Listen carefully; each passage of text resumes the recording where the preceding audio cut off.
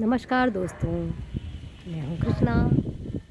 मेरे अपने organic gardening channel में आपका हार्दिक स्वागत है। और दोस्तों, कैसे हैं आप?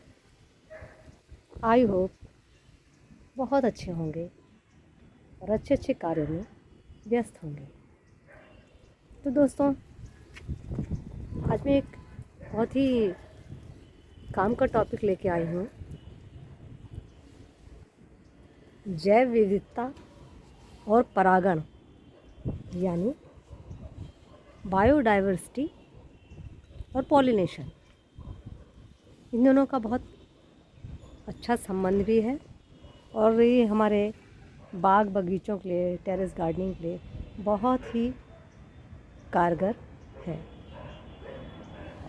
तो बायोडाइवर्सिटी क्या है, जैव विविधता क्या है, इसको हम सबसे पहले हम समझेंगे। प्रकृति में अनेक प्रकार के जीव जंतु, पेड़ पौधे, पशु पक्षी पाए जाते हैं जो एक दूसरे से बिल्कुल अलग होते हैं, भिन्न होते हैं।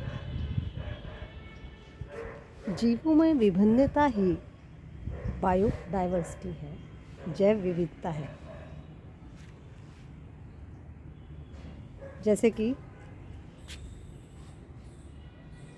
हम अपने गार्डन में विविध प्रकार के फलों के, फूलों के, सेकुलेंट्स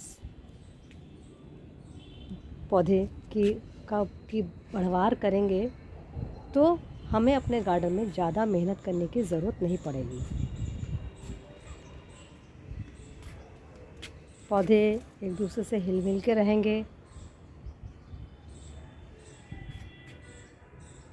पॉलिनेशन आराम से होएगा, मधुमक्खियाँ, तितलियाँ, भौरे आकर्षित होंगे उन पौधों में। जिसको जो पसंद हो उनको उनकी खुशबू से ही वो ये सारे कीट जो हैं, जिनके मैंने नाम लिए हैं, पौधे, पेड़, पशु पक्षी, भौरे, तितलियाँ, उनको जो पसंद हो उनको अगर हम हमारे गार्डन में अगर उनको पौधे मिलते हैं तो वो अपने आप ही स्वतः ही चले आते हैं,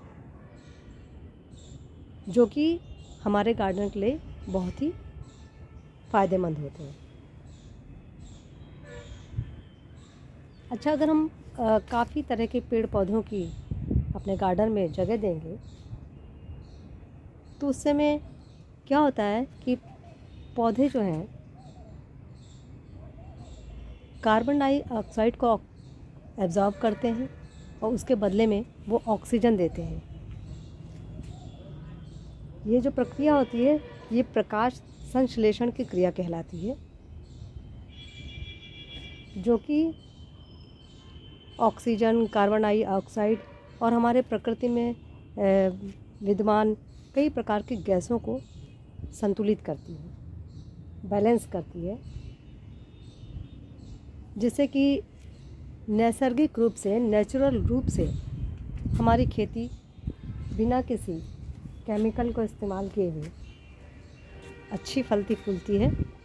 हमें बार बार खाद देने की ज़रूरत नहीं होती है, क्योंकि उसमें नेचुरल चीज़ें अपने आप से, वातावरण बिल्कुल नेचुरल बन जाता है।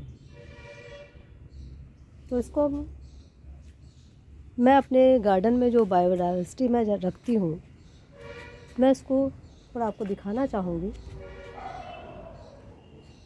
तो दोस्तों देखिए, जैसे यहाँ पर एक टमाटर का पौधा, इसमें मैंने लगाया नहीं था क्योंकि मैं किचन वेस्ट से पॉट भरती हूँ, तो ये अपने आप ही टमाटर का पौधा हो गया। और अब देखिए इसमें फ्लावरिंग पे आ गया है ये पौधा। आप देख रहे होंगे इसमें फ्लावर आ गए हैं। कितना छोटा सा पौधा है, पॉट है। तो देखिए यहीं पर ये टमाटर का पौधा लगा हुआ है और यहीं पे गुलाब मुस्कुरा रहा है। तो हुई ना बायोडाइवर्सिटी। ये फल का पौधा, ये फूल का पौधा। अब इस लाल गुलाब में तितलियाँ, भौरे और कई तरह के इंसेक्ट्स जो हमारे गार्डन को फ़ायदा देती हैं वो आकर्षित होते हैं और हमारा ये पौधा जो है पॉलिनेट हो जाएगा।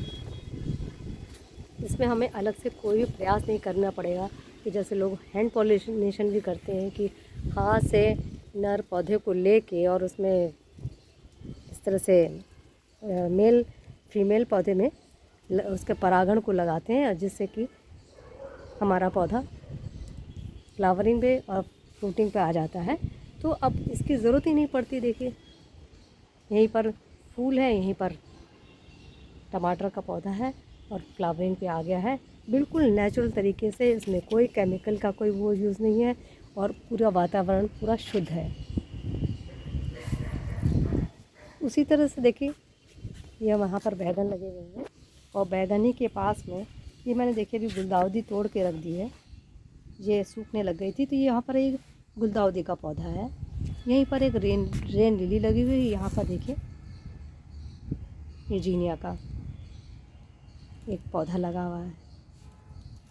तो अब यहाँ पर बैगन और फ्लावर्स बीच बीच में लगे हुए हैं, तो पॉलिनेट हो रहा है बैगन। इसमें मुझे कोई भी प्रयास नहीं करना पड़ा। तो मैं जब भी अपने गार्डन में पौधों का रखरखाव करती हूँ तो मैं बीच बीच में फ्लावर प्लांट ज़रूर रखती हूँ और कई तरह के पौधों को, सब्जियों को लगाती हूँ। तो देखिए इसमें ये भिंडी लगी हुई थी, जिसमें मुझे काफ़ी हार्वेस्टिंग दी है और इसी में मैंने एक फ्लावर प्लांट भी लगाया था। तो एक ही पौधे में ये बायोडाइवर्सिटी दिख रही है, किसी में भिंडी थी, किसी में फ्लावर था। तो पॉलिनेशन की कोई समस्या इसमें मेरे को नहीं आई और अच्छी यील्ड मेरे को मिली। इसी प्रकार देखिए यहाँ पर बैगन लगा हुआ है, यहाँ पर फिर एक टमाटर लगा हुआ है और यहाँ पर ये बोगनविला ने काफ़ी फ्लावरिंग दी थी, अब ये इसने अपनी पत्तियाँ झाड़ दी हैं। इसी प्रकार देखिए यहाँ पर ये भिंडी लगी हुई थी और यहाँ पर देखिए सब्जियों के भी पौधे लगे हुए हैं और ये फ्लावर, ये गेंदा का फ्लावर भी लगा हुआ है। तो एक एक पॉट में मैंने बायोडाइवर्सिटी रखती हूँ। देख रहे हैं, गार्डन में तो है ही है, पर पॉट में भी विभिन्न पौधों को मैं लगाती हूँ। पौधों को मैं बड़े साइज़ का गमला लेती हूँ, उसी में पत्ते लगे हुए हैं, इसी में पत्ते की सब्जी है, इसी में फ्लावर लगा हुआ है, इसी में भिंडी लगी हुई है। तो बायोडाइवर्सिटी से हमें बहुत ज़्यादा बार बार पॉलिनेशन की चिंता करने की ज़रूरत होती ही नहीं है। अब इधर देखिए ये आलू आप देख रहे होंगे, इस बोरी में आलू लगा हुआ है और आप इसकी हेल्थ देख रहे होंगे। इसमें किचन वेस्ट से ये बोरी भरी थी, ऊपर मिट्टी डाल के मैंने इसमें भर दिया था। तो आप ये देख रहे हैं, ये किचन वेस्ट से टमाटर अपने आप निकल आया है और इसी में मैंने एक ये फ्लावर प्लांट भी लगाया है, दिख रहा होगा यहाँ पर। तो इसमें बहुत जल्दी फूल भी आ जाएंगे। और यहीं पर नज़दीक ही मैंने देखिए गेंदा का फ्लावर लगाया हुआ है, पौधा लगा हुआ है, तो इसमें फ्लावरिंग हो रही है। तो अब ये देखिए आलू और टमाटर, कोई गुड़ाई नहीं, कोई इसमें मुझे खाद बार बार डालने की ज़रूरत नहीं, क्योंकि किचन वेस्ट में ऑलरेडी एक खाद बन रही है। आलू की बढ़त देखिए, टमाटर अपने आप उग गया, यहाँ पर गेंदा लगा हुआ है, तो ये बायोडाइवर्सिटी है। यहीं पर देखिए ये सदाबहार हैं, यहीं पर ये गेंदा लगे हुए हैं, ये गेंदा की वैरायटी ये देखिए। तो बीच बीच में मैं सब्जियां, फ्रूट्स, फल बीच बीच में लगाती रहती हूँ। इसको मैं अलग अलग नहीं ना रख के बीच बीच में फ्लावर्स को ज़रूर रखती हूँ। अब देखिए ये पर्सलेन है, गर्मियाँ आने को हैं, अब ये इसमें हो जाएंगी, खिल जाएंगी। ये भी अपने आप से टमाटर उगाए हैं। यहीं पर गुड़हल के पौधा है, यहीं पर सदाबहार है, यहीं पर बोगनविला है, यहीं पर केला है।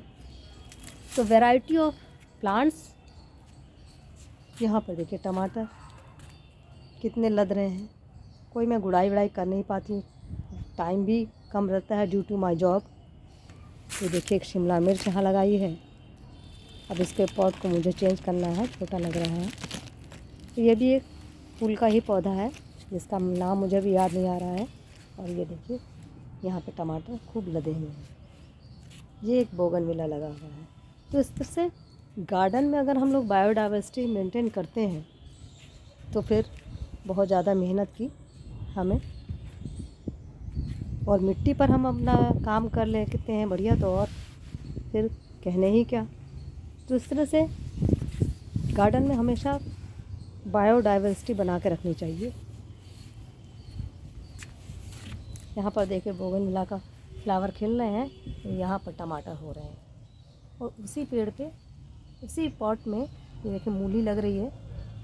और यहीं पर ये भिंडियाँ, इनको मैं हटाऊंगी, बीज के लिए रखे हुए हैं, बस मैं इनको हटाने ही वाली हूँ। लेकिन इन पौधों से मैंने काफ़ी भिंडियाँ हार्वेस्ट की।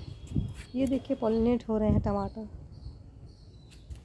यहाँ पर टमाटरों के देखिए कितना लग रहा है। ये बोगनविला खिल रहा है। यहाँ पर धनिया के भी अब छोटे छोटे पौधे लगने लग गए हैं, जिन्हें मैं तोड़ नहीं पाई थी। तो इस तरह से बायोडाइवर्सिटी हमारे गार्डनिंग को आसान तो कर ही देती है, साथ में हमारे वातावरण को भी शुद्ध करती है। गैसों का ऑक्सीजन, कार्बन डाइऑक्साइड, इन सब को बैलेंस करती है, हमें अच्छा माहौल देती है। और यही कारण है कि हमारे वातावरण में अब जो बदलाव आ रहे हैं, उसका मुख्य कारण यही है कि पेड़ों का कटान, डाइवर्सिटी कम हो रही है, और जिससे बीमारियां बढ़ रही हैं।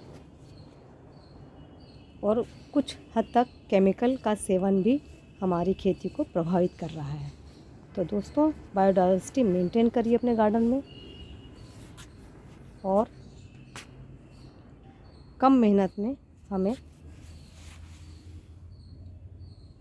अच्छी बढ़वार मिलेगी। ये देखिए अभी इस समय तो 12 बज रहा है, इस समय आपको कीट वगैरह दिख नहीं रहे होंगे, मगर ये देखिए उड़ रहा था, इसमें बैठा हुआ था। टमाटर देखिए कैसे लदे हुए हैं। इसमें एक बार बस जो 15-20 दिन में मैं एक बार फर्टिलाइज़र दे देती हूँ, मौका जब मिलता है तब। यहीं पर माहो भी इसमें लगे हुए हैं, चींटियाँ भी लग रही हैं। इनकी अब मेरे को पौधों की धुलाई करनी होगी। तो ये देखिए एक पाउडर पफ का पौधा फ्लावरिंग पे आ गया है। इसको मैंने कटिंग से ग्रो किया था। हालांकि इस पॉट में 2 इतने बड़े पौधे सही नहीं हैं, मुझे अब इसको रिपोर्ट करना होगा अलग, क्योंकि मुझे ध्यान नहीं रहा और ये इतना बड़ा हो गया। और ये फ्लावरिंग पे है। ये पाउडर पफ है, ये गुड़हल है, यहीं पर लहसुन लगा हुआ है, यहीं पर एक और गुड़हल है। तो आप ये देख रहे हैं ना बायोडाइवर्सिटी। यहाँ देखिए एक बैगन और यहाँ पर लटक रहे हैं।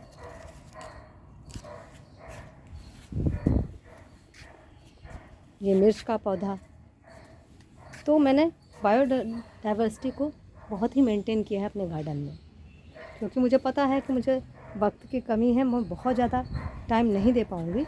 तो इस तरह से मुझे काफ़ी सहूलियत मिलती है। मुझे पॉलिनेशन की अपने गार्डन में कभी भी समस्या दोस्तों नहीं आई। तो आशा करती हूँ आपको मेरा ये वीडियो पसंद आया होगा। अगर पसंद आया हो तो प्लीज़ एक सब्सक्राइब ज़रूर कर दीजिएगा। और मैं अपने उन समस्त सब्सक्राइबर्स का बहुत बहुत धन्यवाद करती हूँ जो मुझे सब्सक्राइब कर रहे हैं, जो मेरी वीडियोस को व्यू कर रहे हैं।